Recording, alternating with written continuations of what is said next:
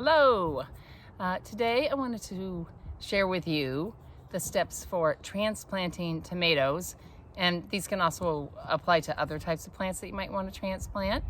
So I've got some tomatoes that I started in a little pot, and this is actually a pot that I got mushrooms in. Usually I try not to buy stuff in plastic, but this time of year I like it in these little trays, and I save them and I use them for starting my seeds. So I've started a lot of seeds. You might think, wow, I don't need that many tomato plants.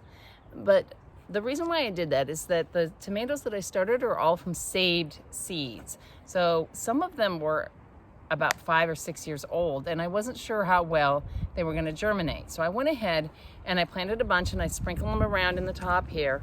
Now they're about 2 weeks old, 2 to 3 weeks old, and they're ready to be transplanted. So I'm going to show you my technique for it, and hopefully that'll help you in growing tomatoes for your own garden. So there's a couple of different things that you can use for transplanting your seedlings once they're ready to move into a larger pot. One thing is these small, they're like a 4 to 6 ounce container. This one happens to be a Italian ice, but yogurt containers work. Those types of milk cartons that you can get, like a school size single milk carton, those also work as well. Anything else, you can always cut them down to the right size. I think this is a 6 ounce, so that's a good size. Another thing you can use is, if you want, you can go out and you can purchase an official potting, official little pots like this.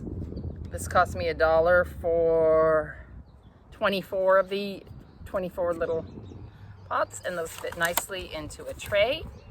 And I'm actually going to plant some in that, and I'm going to plant some into this big container. This is kind of like a leftover that someone had given me some plants, and I've got this left over here. I'm going to be starting a lot of these to use for our seed and plant giveaway later this year. I wouldn't really recommend this for home use because you probably don't want this many tomatoes. I'm going to do an entire tray of the same kind of tomatoes because I'm going to be giving these away later this spring for part of our seed and plant giveaway.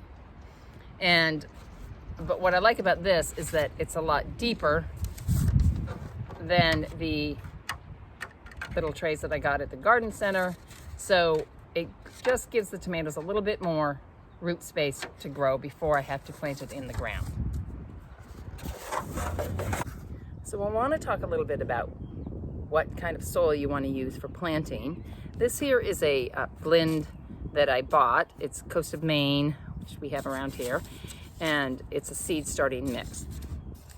Many times I'll make my own mix, which would be a combination of both peat moss, compost, and then either perlite, which you see these white things in here, that's perlite, or vermiculite, which is another type of soil additive that just gives the soil a little bit better drainage and keeps the better aeration in the pots. So the next step is to take your seedlings and take them carefully out of the pot.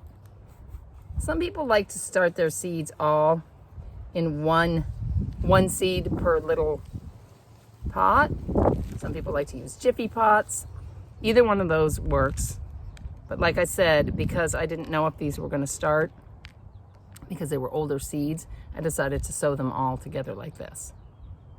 So as you can see, what I'm doing here is I'm pulling these apart. I'm shaking a lot of the soil off because I want to make sure that the roots are not getting tangled up in each other. I don't want to rip these apart because then I'm going to tear off the roots and make a very unhappy plant.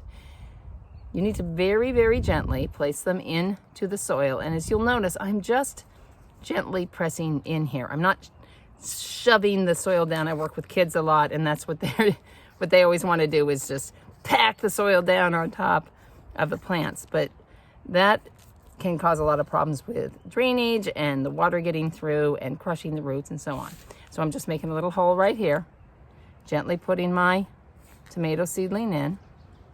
Just holding it super gently by the stem, making a hole, and then tucking it in. Now that looks like I got 2 in there, but I'm just gonna leave it because they seem like they want to be together. So after I've got my tomatoes transplanted, The most important thing to do next is to add some water. I've got this little watering can that has a spout that I really like it because it comes out super slow. I can control it a lot better than I can with a big watering can. You can use whatever you have, even a bottle. So I'm just putting a little bit in here, and you'll notice that it's running straight on through. Now, if I had packed down my soil too much, it would have been very difficult for the water to easily drain through. Want to have good drainage. Make sure that your soil is not too compacted. Now, let's take a look here. See, this guy kind of fell over, so I'm gonna add a little bit of soil on top of these. Again, I'm not gonna pack it down, but that one got pushed over a little bit when I watered, so I'll just sprinkle a little bit more soil on top. That. A little more on top like that.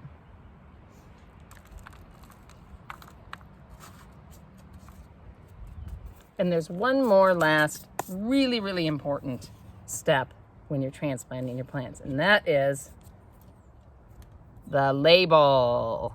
If you do not label your plants, you are going to be very sorry. It's really important to make sure you have something to label your plants when you start your seeds and when you transplant. You just take anything. This is like a tongue depressor, one of those craft sticks. You can go to the garden center and you can buy an official label. You can take old yogurt containers and cut those up and make plastic labels out of them. If you just want to recycle things, all kinds of different options for putting a label in. So I hope that was helpful in getting your tomato plants transplanted. One other thing I want to just share with you is you may have noticed that when I put the tomatoes in, I planted them kind of deep. And that's something that you can do with tomatoes. You can't do that with a lot of your other transplants. You really need to plant them at the same level as the top of the soil. So just make sure that if you're planting something other than tomatoes, that you're planting it right at the soil level where it's growing. Don't bury them deep. Most other plants don't like that. Tomatoes are special. I hope you have a great garden this year.